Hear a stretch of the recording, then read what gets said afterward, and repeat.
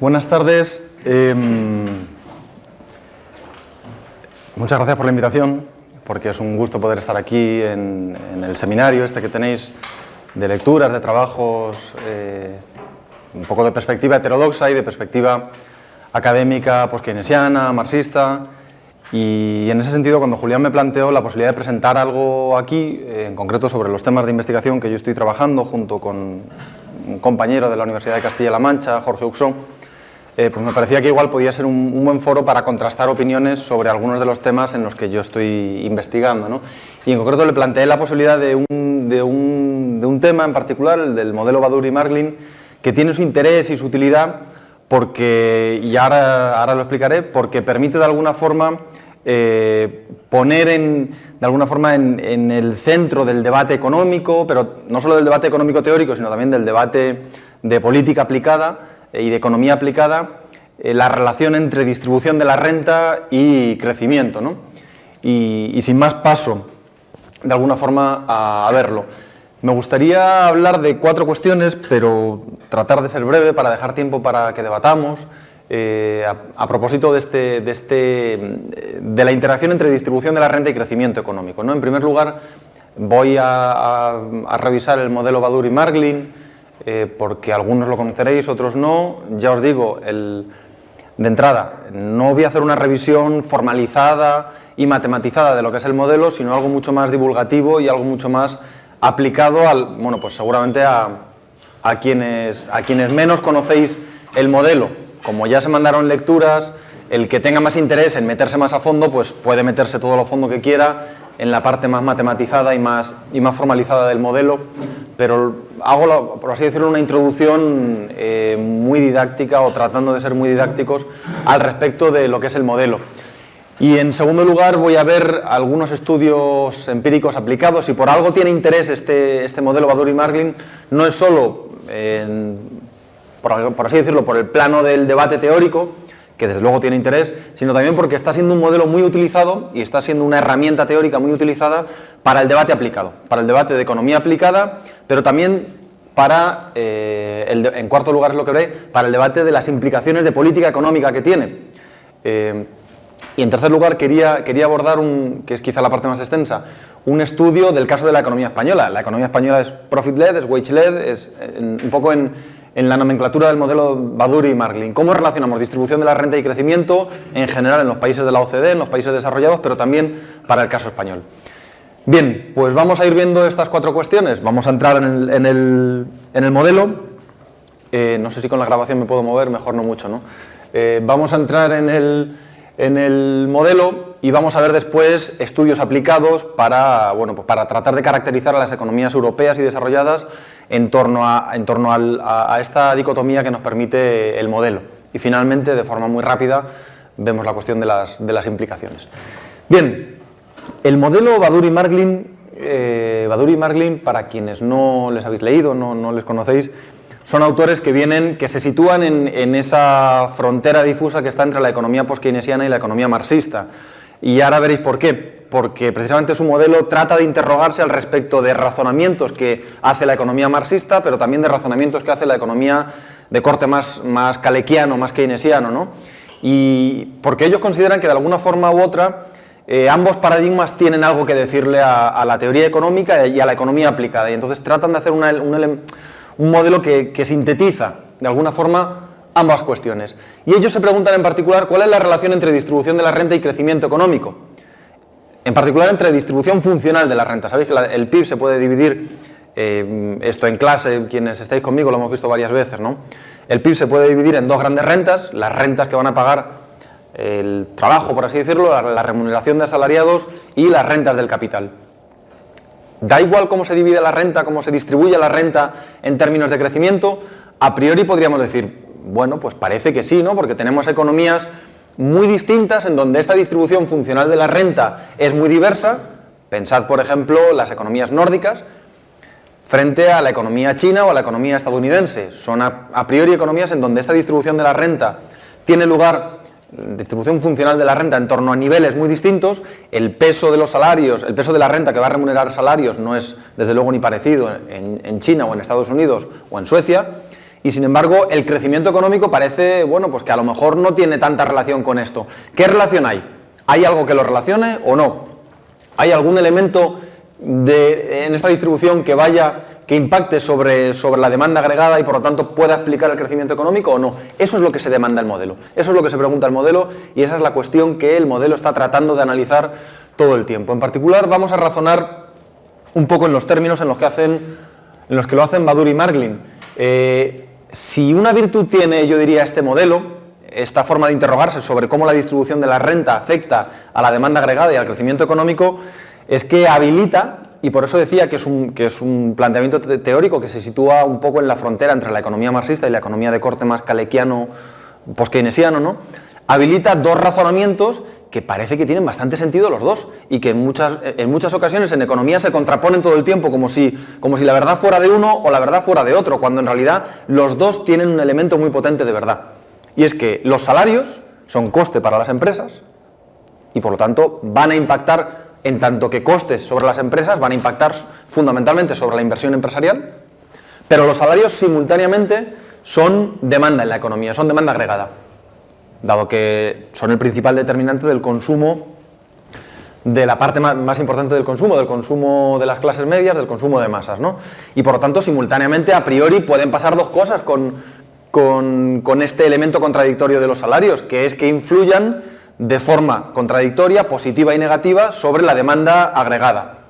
¿En qué sentido? En tanto que son costes de las empresas, un incremento salarial va a suponer un incremento de costes para las empresas, de uno de los costes empresariales.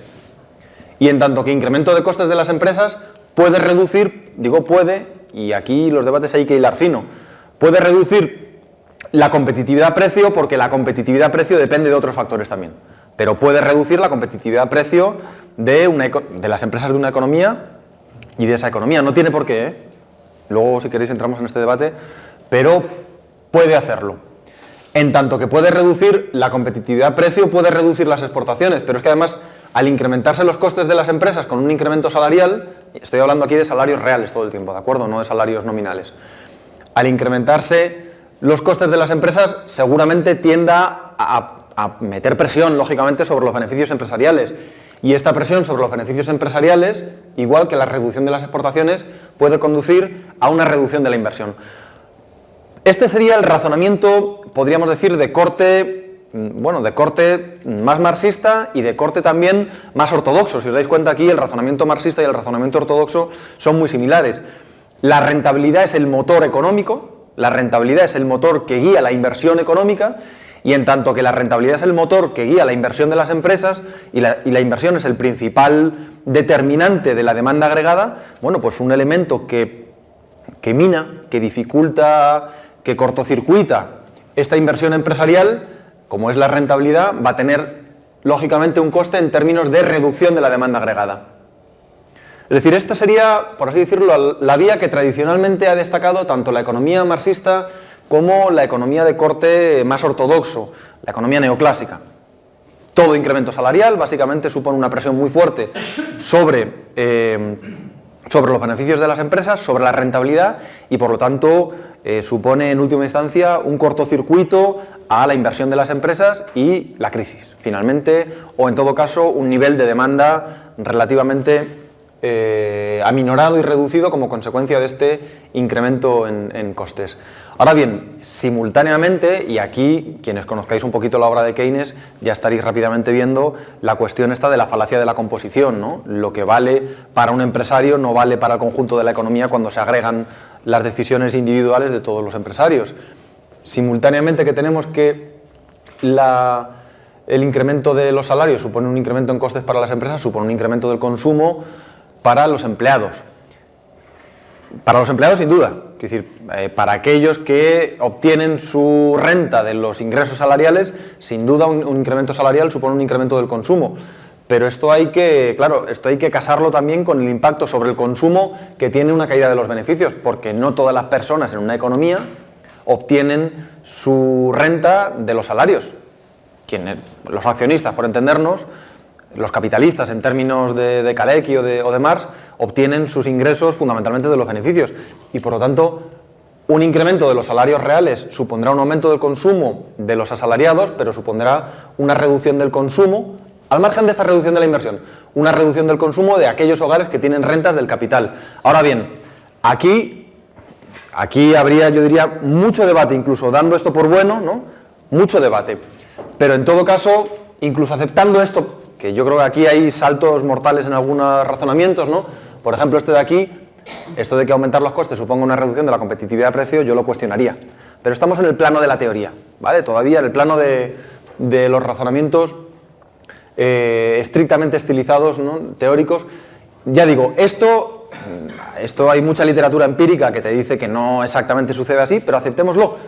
Aceptando incluso esto, lo que tenemos es que, claro, la propensión marginal al consumo de unos grupos sociales y otros es muy diferente.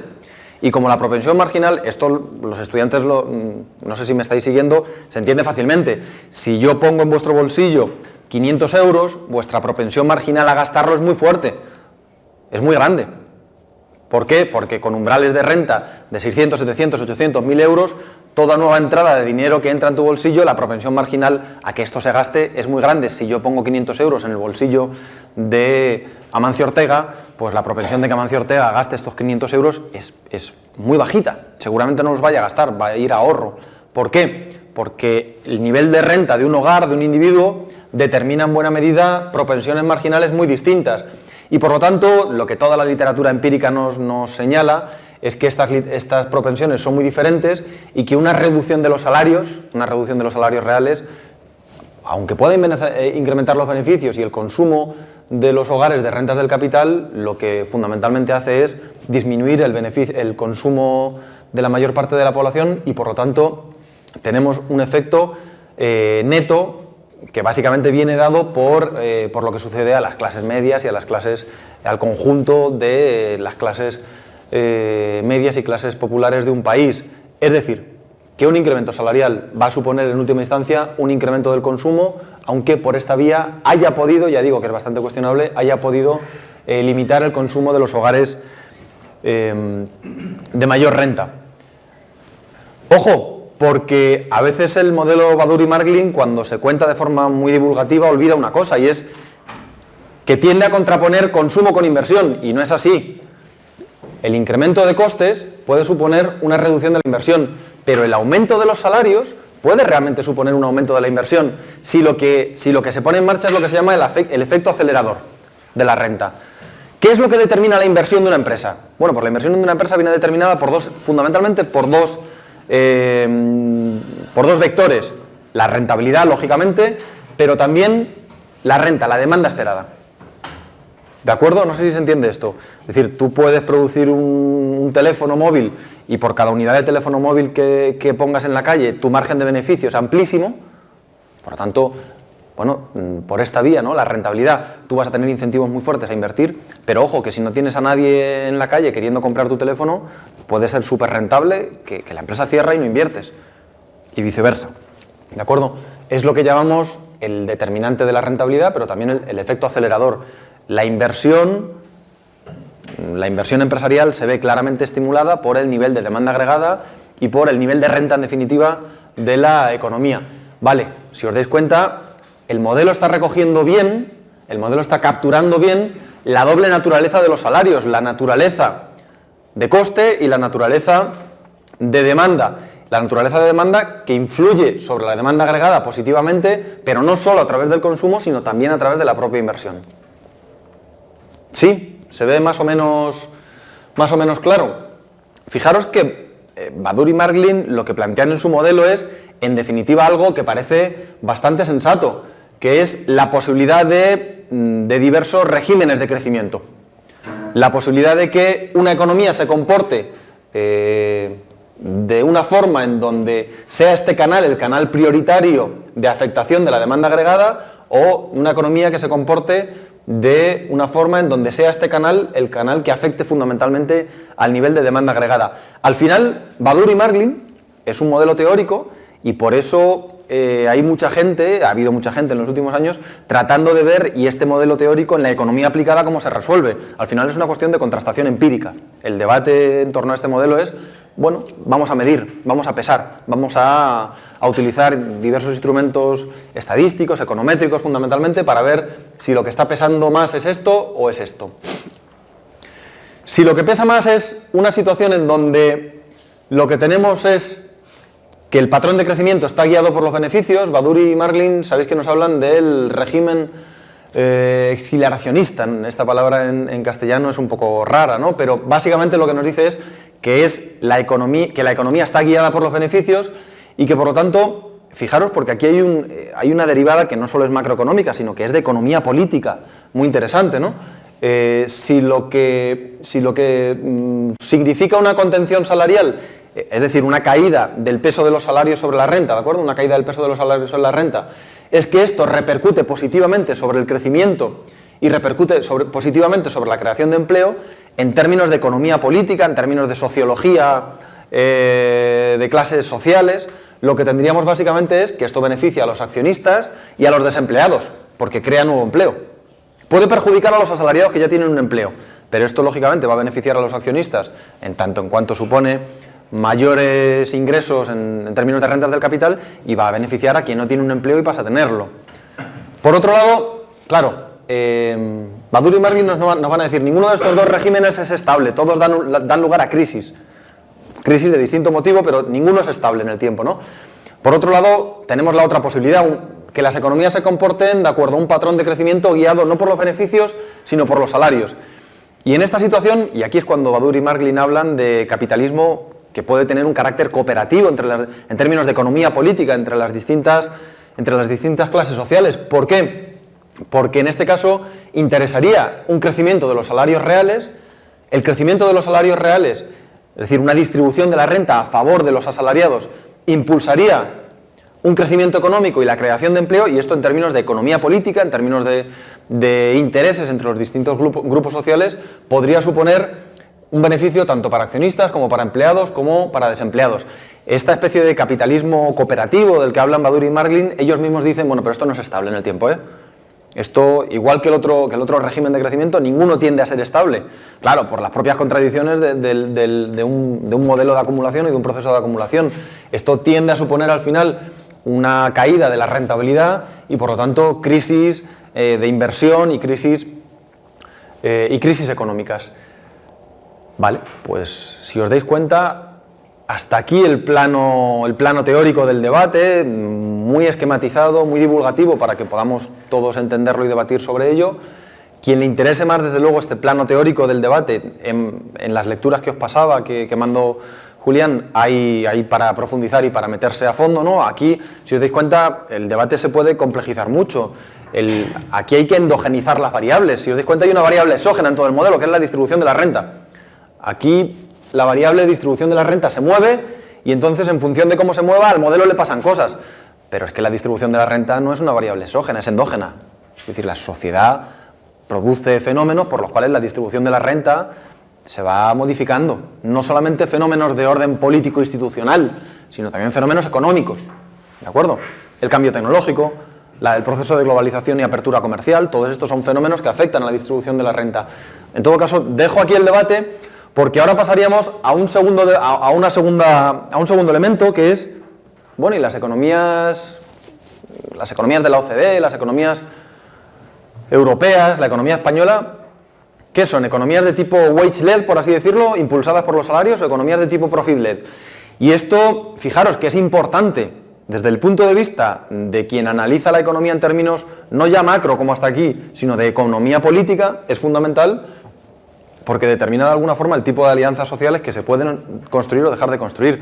Pero todavía más importante, desde el punto de vista de la política económica, del decisor de política económica que tiene que tomar políticas económicas, que adoptar políticas en un momento dado, hombre, interesa saber si la economía tiende a ser de una forma o de otra, porque esto, claro, esto va a tener un impacto. Si tú estás en una economía de tipo profit-led, tomando decisiones en una dirección como si estuvieras en una economía de tipo wage-led, pues algún efecto va a tener sobre el crecimiento económico. Bien, pues vamos, revisión muy rápida, no me meto, simplemente para que os hagáis una idea. En los últimos años se han hecho bastantes estudios, desde Fundamentalmente esto eclosiona, 2006, 2007 empiezan a emerger multitud de estudios, fundamentalmente, si os dais cuenta, para los países desarrollados. También para los países no desarrollados hay, para los países emergentes fundamentalmente, pero el grueso de los estudios se han concentrado en casos de países desarrollados. Y podemos distinguir dos tipos de estudios. El primer tipo de estudios, los que analizan la demanda interna, la demanda doméstica, ¿no? Y en segundo lugar, la demanda total. Fijaros que un país no se puede analizar por sí solo, en sí mismo, porque lo que sucede con la demanda de un país, lo que sucede con los cambios en la demanda agregada de un país, impactan cualquier multiplicador de la demanda que queráis analizar. Al final, en última instancia, está impactando mucho sobre los socios y sobre los socios comerciales y los países del entorno. Por eso buena parte de estos estudios no solo analizan los países de forma aislada, sino que consideran, además del efecto sobre la demanda del país, sobre la demanda nacional, consideran la interacción con otros países de su entorno. Imaginaos que en Europa todos aplicamos una política de reducción de los salarios, como de hecho se ha hecho en los últimos tiempos. Esto, si se hace en un país, los efectos van a ser muy distintos de si lo hacemos todos los países a la vez, lógicamente. Años 30, política de devaluaciones competitivas, no es lo mismo, quiere decir, pueden resultar exitosas si las hace un país, pero las políticas de devaluaciones competitivas de los años antes de la Primera Guerra Mundial, cuando se aplicaban por todos los países a la vez, no terminaban de ser lógicamente útiles. Bueno, pues igual sucede en este modelo cuando vamos a analizar, o bien a nivel nacional o a nivel agregado, las consecuencias. En todos los casos, fijaros, lo que tenemos básicamente es que la mayor parte de los estudios lo que nos dicen es que las economías desarrolladas, las economías que han sido analizadas, en buena medida se comportan como economías de tipo wage-led, de tipo impulsadas por los salarios. Es decir, que es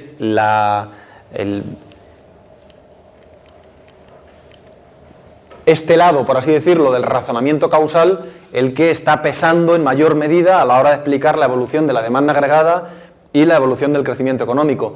Lógicamente, los debates teóricos son una cosa y los debates, bueno, todos lo sabemos, quizá los estudiantes menos, porque no os habéis metido todavía en temas duros de investigación, pero cuando uno pasa de la teoría a la economía aplicada, lo que tiene es, pues lógicamente, que con la utilización de un mismo modelo te pueden estar saliendo cosas diferentes, porque pues aquí importa mucho, son básicamente estudios econométricos, importa mucho qué periodo coges, importa mucho qué tipo de estimación econométrica utilizas. Pues aquí hay básicamente una discusión importante entre dos tipos de estimaciones, modelos de vectores autorregresivos que tienen en cuenta el conjunto de la economía, o modelos que solamente lo que hacen es estimar ecuaciones independientes, la ecuación de consumo, la ecuación de inversión, la ecuación de exportaciones. Estas cosas al final tienen un impacto importante. ¿Y esto qué quiere decir? ¿Que no te puedes fiar de ninguno de estos estudios? No, sino que seguramente de lo que te tienes que fiar es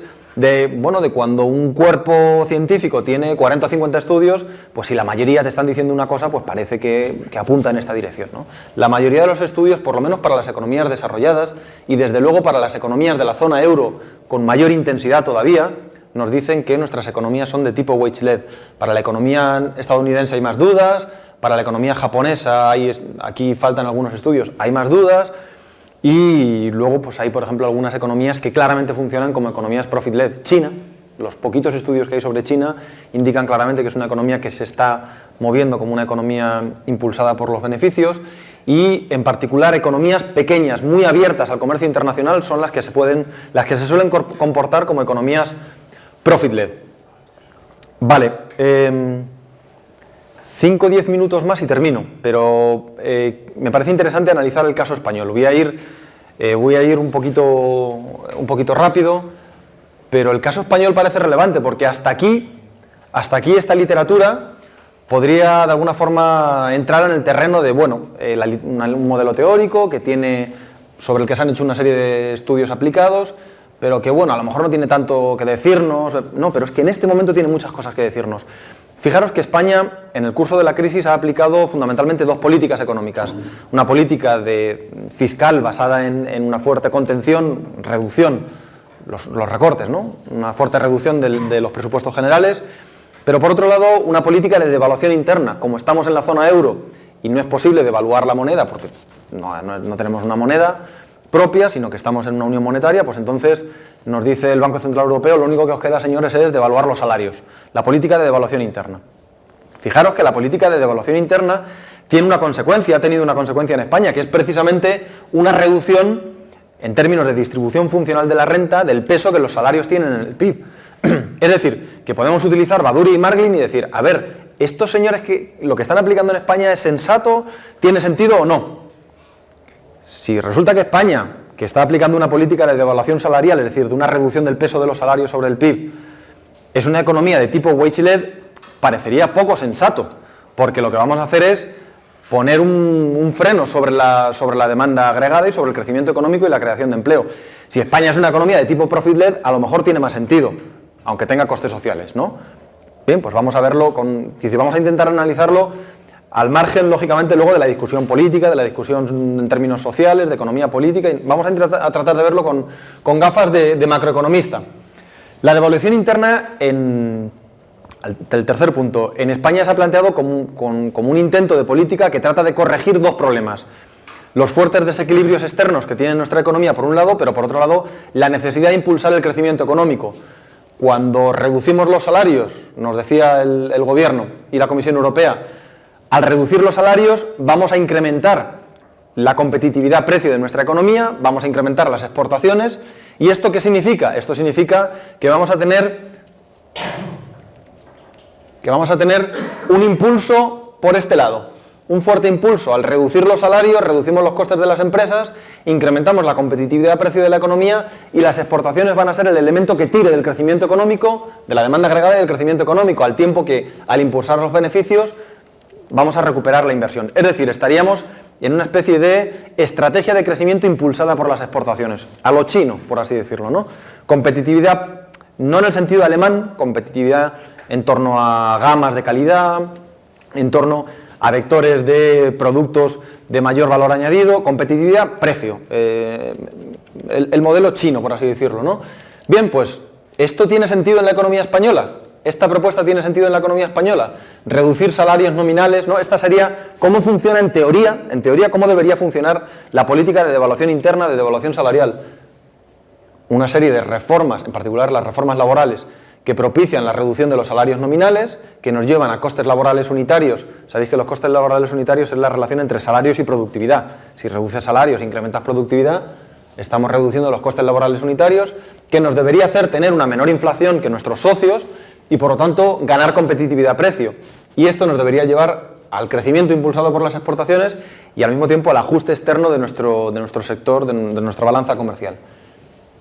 Vale, fijaros que todo esto entraña una cosa que nos permite utilizar Baduri y Marglin en España para ver si tiene sentido o no, que es la reducción de los costes laborales unitarios y, por lo tanto, la caída de los costes laborales unitarios reales de los salarios en el PIB.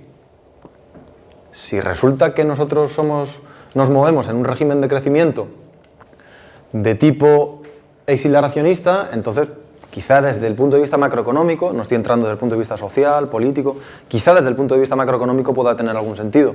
Si estamos en este tipo de lógica económica, parece que tiene bastante poco sentido, ¿no? Bien, vemos una serie, vamos a ver en primer lugar esta cadena causal que es tan bonita y que a priori parecería que tiene que cumplirse sí o sí. Vamos a ver de forma intuitiva, con una serie de diapositivas, si esto se está cumpliendo para la economía española o no. Y después pasamos a, simplemente os ofrezco los resultados de la estimación que Jorge Uxó y yo hemos hecho de un modelo Baduri y Marglin para España para ejemplificarlo, ¿no? ¿Esta cadena se está cumpliendo? Bueno, sí, efectivamente. En España, en particular las reformas laborales, a partir de 2010, 2011, han propiciado un crecimiento, no una contención, un crecimiento negativo de los salarios. El crecimiento negativo de los salarios ha supuesto, aquí tenéis España en rojo, ha supuesto una reducción de los costes laborales unitarios. Con lo cual, el primer paso parece que se ha cumplido. Efectivamente, estamos aplicando una política de devaluación interna. La reducción de los salarios se traduce en una reducción de los costes laborales unitarios. Luego, ese mecanismo que teníamos por la parte de arriba del modelo de Baduri y Marglin parece que se empieza a cumplir. Claro, cuando uno va a la economía real, las cosas no son tan tan fáciles ni tan estilizadas como en la teoría. Segundo, esta reducción de los costes laborales, reducimos los costes laborales porque esto hace que nuestros productos se vendan mejor en el extranjero. Y esto todo el mundo se lo traga así como prum. ¿Sí? Es decir, cuando tú reduces los costes laborales, ¿qué le pasa al deflactor del PIB en la economía?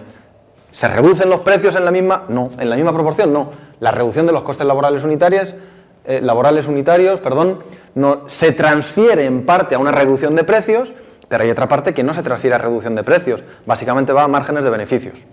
Lo cual, ojo, puede tener un impacto positivo en términos de inversión, ¿eh? Es decir, no obviemos esa vía. Pero en todo caso, esto no se transmite enteramente a precios. Por lo tanto, cuando analizamos la competitividad externa, y estamos analizando la competitividad externa de una forma que cualquier experto en competitividad externa vendría y nos daría un capón, porque nos diría, pues ustedes están mirando los precios. Los precios es la cola del ratón de lo importante en la competitividad externa, que son los factores no precio. Ahí no me meto. Es decir, si los BMW se venden al doble que los Fiat, alguien nos tendría que explicar por qué los precios son tan importantes en la competitividad externa, ¿no? Hay otros elementos muy importantes, no me meto. Pero incluso viéndolo así, cuando vemos el tipo de cambio efectivo real de nuestros 37 principales socios y lo vemos en términos de costes laborales unitarios y lo vemos en términos de precios de exportación, lo que vemos es, efectivamente, en términos de costes laborales unitarios se ha reducido en parte, en términos de precios de exportación no tanto. Por lo tanto, ¿está sirviendo reducir los salarios de los españoles para ganar competitividad externa vía precios? Un poquito, pero esta cadena teórica va perdiendo influencia a medida que se avanza en la cadena. Algo de competitividad vía precio hemos ganado, de acuerdo. Algo de competitividad vía precio hemos ganado. ¿Qué está pasando con la distribución de la renta, con el peso de los salarios sobre la renta? Que continúa con la tendencia de caída como consecuencia, en buena medida, de la aplicación de estas medidas. Con lo cual, vale, esta secuencia de intentar, por la vía de la devaluación interna, recuperar la economía, impulsar un crecimiento a costa de prolongar una distribución de la renta en contra de los salarios y a favor de los beneficios, ¿tiene sentido? Bueno, parece que la competitividad externa no se está logrando precisamente del todo. En términos de Baduri y Marglin, ¿cómo es nuestra economía? Paso muy rápido, ¿vale? Porque esto sé que es un rollo, así que no me meto aquí. Pero simplemente para que veáis cómo las tripas de un modelo de estos. Aquí aquí tienes que estimar una ecuación de consumo, ¿no? Tú tienes que cogerte el consumo en España durante el periodo que nosotros lo analizamos, básicamente del 95 al 2015, al 2016 metíamos datos hasta el tercer trimestre. Tienes que cogerte, el consumo en la diferencia del logaritmo, ¿de acuerdo? Consumo, salarios, beneficios y la deuda de los hogares también, una función de inversión. No me meto en especificarlo. Si alguien tiene dudas, si alguien quiere debatir de esto, pues otro día nos sentamos allí con los papeles y lo vemos. Pero básicamente, para aplicar el modelo Baduri y Marglin a la economía, en este caso española, tienes que estimar las distintas funciones de consumo, de inversión, de precios domésticos y precios de exportación y de exportaciones netas, exportaciones menos importaciones. Una vez que tienes estimado esto para la economía española, ¿a nosotros qué nos da? Nos dan un montón de números, ya lo veréis con más calma, ya os paso el documento, pero básicamente en todos estos números, ¿no?, analizamos el periodo del 95 al 2006 y el periodo propiamente de la devaluación interna. ¿Qué nos dice? ¿Qué nos dicen nuestras estimaciones que parecen coherentes? Pero claro, aquí hay mucho debate. Alguno vendrá y te dirá, oye, pues esta variable, ¿por qué no la coges así? Aquí hay un debate econométrico que no se puede ocultar tampoco, ¿no? Pero en todo caso, cuando vamos a ver esto con la literatura que ya hay desarrollada para otros países, parece bastante coherente con lo que han hecho otros países. Y básicamente encontramos varias cosas. En primer lugar, que los coeficientes de los beneficios y los salarios son positivos y significativos, pero que la elasticidad del consumo respecto a salarios y beneficios no es igual. Claro. La elasticidad del consumo de los salarios es bastante mayor que la de los beneficios, con lo cual, si tú reduces salarios, lo que te va a pasar es fundamentalmente que hundes el consumo, como de hecho ha pasado en la economía española. Reduces salarios de la gente y hundes el consumo, reduce los salarios y hay mucha gente que se va al paro. Y esto hunde el consumo, por mucho que haya, por decirlo en términos periodísticos, que haya muchos ricos haciéndose más ricos. Los ricos que se hacen más ricos consumen más coches de alta gama, pero esto no determina el consumo de la economía, esto determina el consumo de coches de alta gama, ¿de acuerdo? Tenemos una relación positiva entre la renta, la demanda esperada, y la inversión. Es decir, que lo que explica la inversión en España, más que la rentabilidad es el efecto acelerador de la renta. ¿De acuerdo? De los dos determinantes que tenía la inversión, parece que en nuestro país, en las últimas décadas, el que realmente está influyendo a la hora de explicar la inversión, sobre todo es el efecto acelerador, el nivel de renta, más que la rentabilidad de la economía. Y en tercer lugar, los costes laborales unitarios, y esto es coherente con las imágenes, ¿no?, que os ponía. Los costes laborales unitarios son significativos para explicar la evolución de los precios, ¿de acuerdo? Pero, sin embargo, la relación entre costes laborales unitarios y precios de exportación ya deja de ser significativa. Para este periodo, cuando hacemos las estimaciones para un periodo desde los años 60 hasta aquí, sí que da significativo, ¿eh? Con lo cual, por resumir toda la vaina econométrica, ¿esto qué quiere decir? Pues básicamente quiere decir que nuestra economía, cuando analizamos el efecto que tiene incrementar un 1% incrementar un 1% los salarios sobre el PIB, incrementar un 1% la inversión sobre el PIB, incrementar un 1%, los salarios sobre el PIB en todo caso, incrementar un 1% los salarios sobre el PIB, ¿qué efecto tiene sobre el consumo? ¿Qué efecto sobre la inversión? ¿Y qué efecto sobre el sector externo? Bueno, pues incrementar los salarios tiene un efecto positivo sobre el consumo, incrementar los salarios tiene un efecto negativo sobre la inversión, que sin embargo es menor que el efecto que tiene el consumo, y en nuestro modelo no es significativo el efecto que tiene sobre el sector externo porque no termina de transmitirse claramente. Cuando estimamos esto para la economía española desde los años 60 hasta aquí, sí que es significativo, ¿eh? Esto sí que sale. Si el modelo lo ampliamos hasta los años 60, sí que sale. En todo caso, los resultados que nosotros tenemos siguen siendo los mismos. La economía española básicamente es una economía de tipo wage-led, una economía impulsada por los salarios. Y luego entramos más en este carácter. Se reafirma después de la crisis, y alguien dirá, bueno, ¿y esto por qué? Se reafirma después de la crisis porque en España hay una desconexión durante los años 2011, 12, 13, 14, entre rentabilidad y beneficios. Se recupera la rentabilidad, pero no se recuperan los beneficios, por eso la economía se hace más wage-led, ¿de acuerdo? En todo caso, esto lo que nos dice, para terminar, lo que nos dice básicamente es, ustedes, señores, están aplicando una política económica que no solo tiene costes sociales muy fuertes para quienes tienen un empleo, no solo le están reduciendo los salarios a la gente, por así decirlo, sino que es que además es contraproducente desde el punto de vista de elevar el nivel de demanda agregada e impulsar el crecimiento económico. Deberían abandonar la política de devaluación interna, restaurar la negociación colectiva en su país, incrementar los salarios mínimos, que son los sectores, por así decirlo, que tienen una mayor propensión marginal al consumo y, por lo tanto, que impulsaría mayor el crecimiento económico, en más medida el crecimiento económico, e incluir algún tipo de renta garantizada, de ingresos mínimos, de trabajo garantizado. El debate aquí es muy intenso. En todo caso, para garantizar que tengan rentas quienes hoy día no tienen rentas, los hogares pobres que están excluidos del mercado de trabajo. Surgen muchas dudas y muchas preguntas, lo sé. Y me dejo muchos cabos por atar. Por ejemplo, ¿cómo puede ser entonces que el sector exportador se esté recuperando? ¿Se está recuperando o no? ¿Por qué se ha ajustado el sector externo de nuestra economía? ¿Realmente estamos viviendo un impulso del crecimiento económico? Entonces, ¿por qué España crece? Este señor viene aquí y me cuenta que España es wage-led, que la política de devaluación interna no es la mejor, pero España crece, ¿eh? ¿Y esto cómo encaja y cómo cuadra?